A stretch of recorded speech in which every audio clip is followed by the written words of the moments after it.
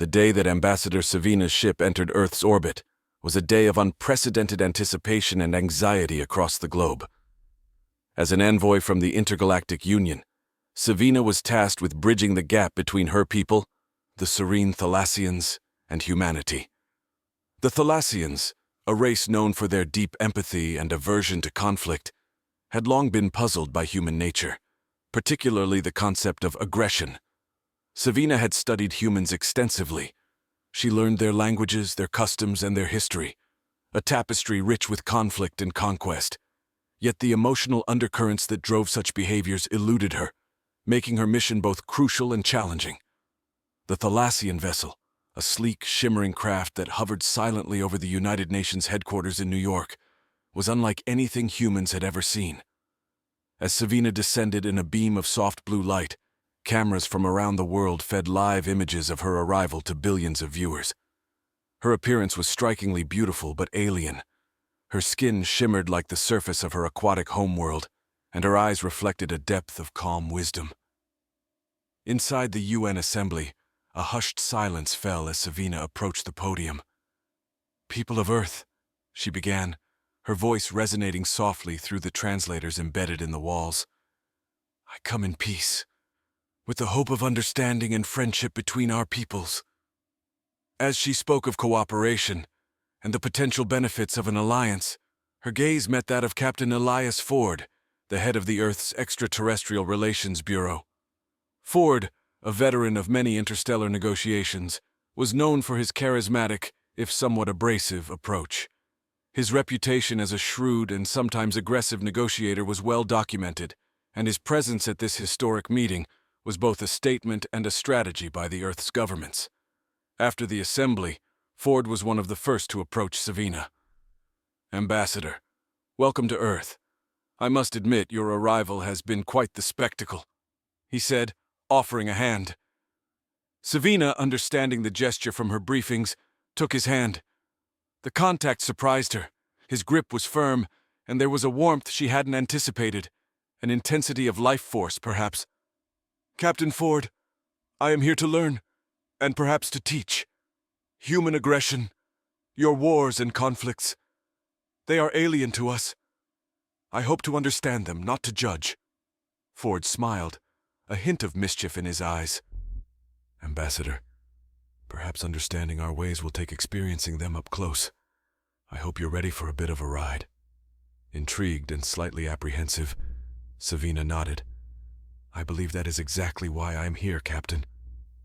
In the weeks that followed, Ford took it upon himself to be Savina's guide to human nature. They attended diplomatic meetings, military reviews, and even cultural festivals. Each event was a layer peeled back, revealing more of the human condition to Savina. Yet it wasn't until they visited a memorial for fallen soldiers that Savina saw a different side of human aggression. Watching families honor loved ones who had died in conflict, she saw the pain, the loss, but also the profound love and respect. It was a complexity she'd not fully appreciated from her studies. "Aggression isn't just about conflict," Ford explained quietly as they stood before the memorial. "It's about protecting those we love, standing up for what we believe is right, even if it means making the ultimate sacrifice." Ambassador Savina's exposure to Earth's complexities deepened as Captain Ford orchestrated her next encounter. A simulated war game designed to reveal the strategic and emotional layers of human conflict. This was not just an exercise in military tactics, but a visceral plunge into the psychological warfare that humans often faced. In a secure facility, deep beneath the surface of a military base, Savina and Ford stood surrounded by screens displaying a virtual battlefield. Generals and advisors bustled around, feeding data into the simulation. Savina, attuned to the emotions around her, could feel the surge of adrenaline, even though the threat was artificial. "Today you're not just an observer," Ford announced, handing her a tablet that controlled a battalion. "You're in command of these forces. Your objective: secure the enemy stronghold without unnecessary loss of life." Savina hesitated, her fingers hovering over the tablet.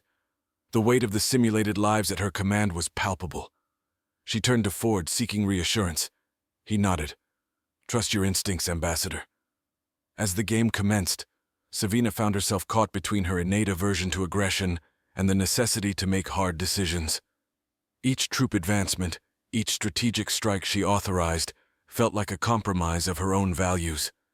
Yet with Ford's guidance, she began to understand the rationale behind each move: protection, preemption, and the pursuit of peace through strength.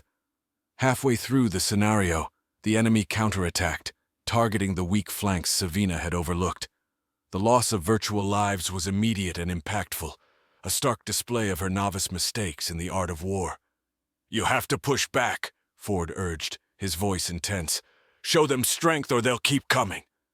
Drawing a deep breath, Savina executed a counteroffensive, her actions fueled by a newfound resolve. The simulation responded. Her forces rallied and pushed forward, turning the tide. The experience was transformative, embedding a complex matrix of emotions within her: fear, sorrow, determination, and relief as the conflict resolved with her victory. As the screens dimmed, signaling the end of the exercise, Savina stepped back, her expression contemplative. "I never knew making decisions like these could feel so personal." Ford, watching her closely, recognized the conflict within her. "It's never just strategy, Savina. It's about the people behind the pieces. It's about making choices that could harm some to save many." "It's heavy, isn't it?" "Yes, heavier than I imagined," she admitted. "On Thalas, we resolve disputes through dialogue alone. This concept of battle, it's overwhelming, yet I see its necessity here, in your world." Their conversation drifted as they left the simulation room. Savina's thoughts were tumultuous, wrestling with the ethical dilemmas she had faced. Ford led her to a quiet overlook, where the stars shone brightly in the clear night sky. "Look at those stars, Savina," he said softly. "Each one could be a world of its own, with beings facing their own challenges, their own wars. Maybe some look down on us and wonder why we do the things we do." Savina followed his gaze, her eyes reflecting the starlight. "And what do you think they would see, Elias?" "A species trying its best," he replied. "Flawed, yes. Driven by emotions and ambitions that sometimes lead to darkness, but also capable of great love, great sacrifice. Perhaps that's what all beings, no matter where they come from, ultimately strive for: understanding and peace." In that moment, a silent accord formed between them, a mutual recognition of the complexities they navigated. For Savina, it was not. Ambassador Savina's next lesson in human complexity took place far from the sterile environment of military simulations and diplomatic boardrooms. Captain Ford chose the vibrant festival of Mardi Gras in New Orleans as their destination, a decision that baffled Savina initially. The festival, an explosion of colors, sounds, and unbridled human emotions, seemed a stark contrast to her serene and orderly Thalassian nature. As they walked through the crowded streets, Savina was enveloped in a cacophony of jazz music, the laughter and shouts of revelers, and the rich, spicy scents of Cajun cuisine wafting through the air.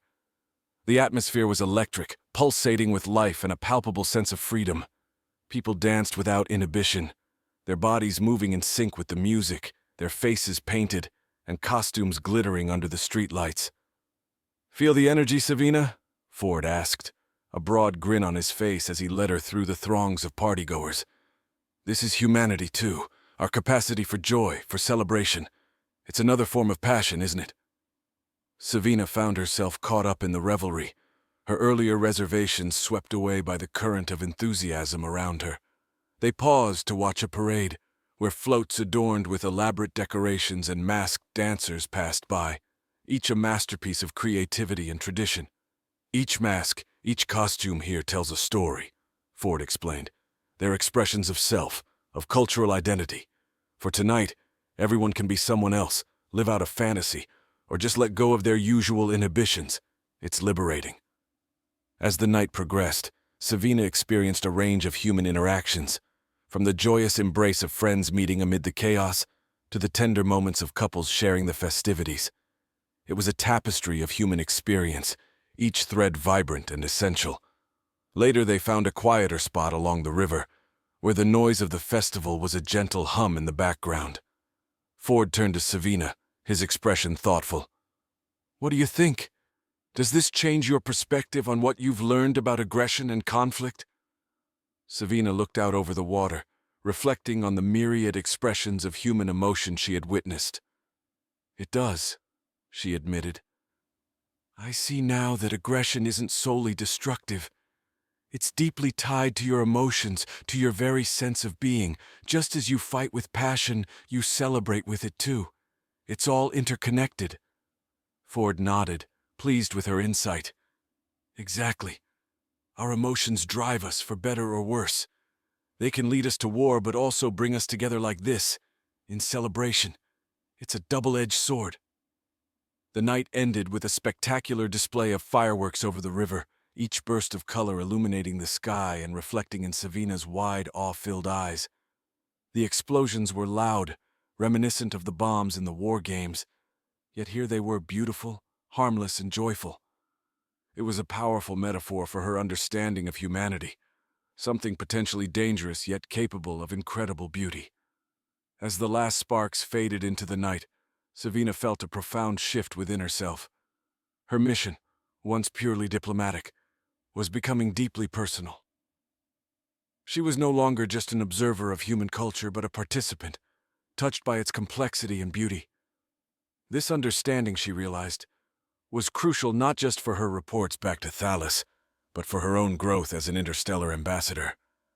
Humanity, with all its contradictions, was teaching her the true meaning of empathy. Savina's newfound insights into human emotion and culture were soon to be tested in a far more formal setting than the lively streets of New Orleans. The next phase of her mission involved participating in a high-stakes diplomatic summit, hosted at a remote and secure location in the Swiss Alps, a place where Earth's leaders gathered to discuss global issues with an unprecedented interstellar perspective. The setting was dramatically different from the colorful chaos of Mardi Gras. Here the atmosphere was one of austere elegance, the pristine white of the snow contrasting sharply with the dark suits and formal attire of the world's diplomats. The air was crisp, filled with a tense anticipation, as the summit promised discussions on crucial issues like climate change, territorial disputes, and the potential for broader interstellar alliances. Savina, now more attuned to the complexities of human behavior, found herself navigating a labyrinth of political agendas and cultural nuances.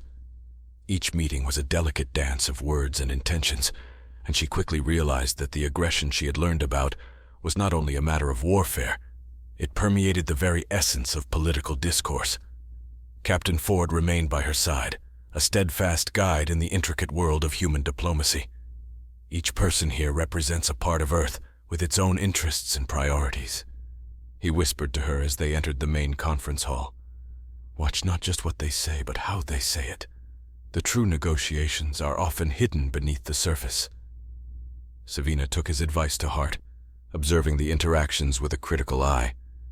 She noted the subtle shifts in tone, the exchange of glances, the strategic pauses after certain statements. It was like watching a strategic game being played, where every move was calculated and every word weighed for impact. During a particularly tense session on territorial rights in the Arctic, Savina decided to intervene. She rose, her voice clear and composed, cutting through the rising voices like a calm wave. "Esteemed leaders, if I may offer a perspective from outside your world," she began, commanding the room's attention with her serene presence and the novelty of her position. "On Thalys, we have long resolved such disputes through a shared understanding that the well-being of our planet is paramount above individual claims. Perhaps a similar approach could benefit Earth." Her intervention was a risk. It challenged the leaders to think beyond their immediate interests and consider a broader, more cooperative approach. The room fell silent, the impact of her words hanging heavily in the air. After the session, many approached her, curious and eager to discuss her ideas further. It was clear she had sparked a new line of thought among the leaders, encouraging a more collaborative mindset. Ford smiled as they retreated from the crowd. "Well played, Ambassador. You're getting the hang of this." Savina looked out at the snow-covered peaks surrounding them, reflecting on the day's events. "I am learning, Elias, but it is one thing to understand human emotions, another to navigate them in such a complex tapestry. That evening, as the summit attendees gathered for a formal dinner, Savina found herself seated among key policymakers, her earlier words having opened doors that went beyond mere diplomatic courtesy. The discussions that followed were deep and meaningful, allowing her to further delve into human concerns and aspirations. This summit was not just a test of her diplomatic skills, but an opportunity to truly affect change, to bridge the gap between her world and Earth. As she conversed, listened, and learned, Savina realized that her role was evolving from ambassador to advisor, from observer to influencer. Through the lens of diplomacy, she was not only witnessing but shaping the future of interstellar relations. The diplomatic summit in the Swiss Alps had opened new pathways for Earth's collaboration with the Thalassians, and it was Captain Ford who suggested their next destination, Mars. The Red Planet, now a burgeoning colony, was a testament to human ingenuity and the spirit of exploration, a fertile ground for Savina to further her understanding of humanity's reach and ambition. Upon arrival at the Mars colony, Savina was struck by the stark beauty of the Martian landscape, the red dust swirling around the dome structures that housed the colonists. The environment was harsh, the atmosphere thin, but human life had found a way to thrive here, miles away from Earth. The colony was a hub of scientific research and technological innovation, and the colonists, a mix of scientists, engineers, and pioneers, were eager to meet the Thalassian ambassador. Their curiosity about her and her home world was matched by Savina's interest in their lives and work on Mars. During a tour of the research facilities, Savina observed the various projects underway, from terraforming experiments to studies on Martian biology. Each project was a piece of a larger puzzle, aiming to make Mars more habitable and to understand its secrets. See, Savina, each of these projects is a battle against the elements, against the unknown, Ford explained as they walked through a large greenhouse where genetically modified plants were thriving.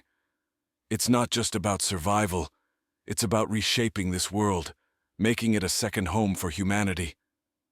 Savina was fascinated by the resilience and adaptability of humans, how quickly they responded to challenges, and how passionately they pursued their goals, even in such unforgiving conditions. It was a different kind of aggression, not born of conflict with others, but from a desire to conquer and adapt to new environments. Later, in a more private setting, Ford and Savina sat overlooking the Martian landscape, the Earth a bright blue dot in the sky. "What are your thoughts about all this, Savina?" Ford asked, watching her closely. "This colony, it represents so much of what I've learned about humans," Savina responded thoughtfully. "Your persistence, your dreams of expansion and exploration. It's inspiring. Yet I wonder about the cost, the sacrifices made for such dreams." Ford nodded, understanding her concern. "It's true. There's always a cost, but we believe it's worth it. Mars is more than a colony. It's a symbol of what we can achieve, even when faced with the greatest challenges." Their conversation drifted towards the potential for Thalassian technology to aid in Mars's terraforming process, and how a joint venture could benefit both Earth and Thalas. Savina saw this as an opportunity to not only assist humanity, but to create a deeper bond between their worlds. The next day, Savina was invited to speak at a gathering of the colony's leadership. She shared her insights on Thalassian environmental technologies, discussing how these could be integrated with human efforts on Mars. The enthusiasm was palpable, as many realized the potential for a partnership that could accelerate their terraforming goals. As the visit to Mars concluded, Savina felt a profound connection with the colonists, admiring their determination and spirit. Her experiences on Mars had deepened her appreciation for the complexity of human motives and the profound depths of their ambition. Ford and Savina boarded the shuttle back to Earth, both contemplative, their minds busy with plans for the future. The partnership that was beginning to form between Earth and Thalas promised not only technological advancements, but a new era of interstellar cooperation. This venture, seated on Mars, was just the beginning. As the shuttle descended back towards Earth, Savina watched the curvature of the planet come into view, the blues and greens stark against the darkness of space. The journey back felt different, laden with the weight of all she had learned and experienced alongside humanity. Her initial mission to understand human aggression had morphed into a profound exploration of human nature itself, from its darkest impulses to its greatest achievements. In the quiet of the shuttle, Captain Ford broke the silence. "You've seen us at our best and our worst, Savina. From the battlefields of virtual wars to the celebrations of cultural festivals and the frontiers of Mars. What's your verdict on humanity?" Savina turned to him, her expression serene yet thoughtful. "My people might struggle to understand this, but I see now that your aggression, your passions, are not merely destructive forces. They are also the very fires that forge your strength, your resilience, and your compassion. You fight, yes, but you also dream and build. You are not defined by any single aspect of your nature, but by the dynamic interplay of many." Ford nodded, appreciating the depth of her insight. "And what of Thalas and Earth? Where do we go from here?"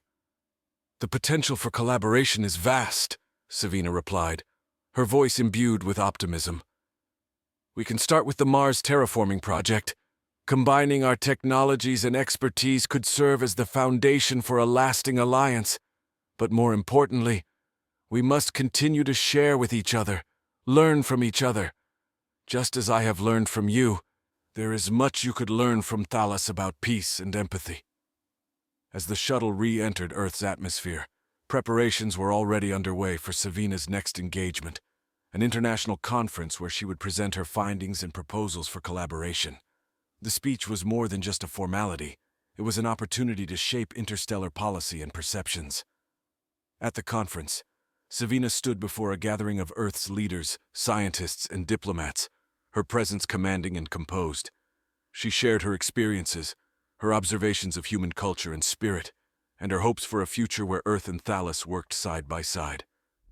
"The challenges we face are significant, but so are the opportunities," Savina declared. "Let us look beyond our differences and see the common threads that bind us. Let us build not just a partnership but a community, one that spans across stars and brings out the best in both our worlds."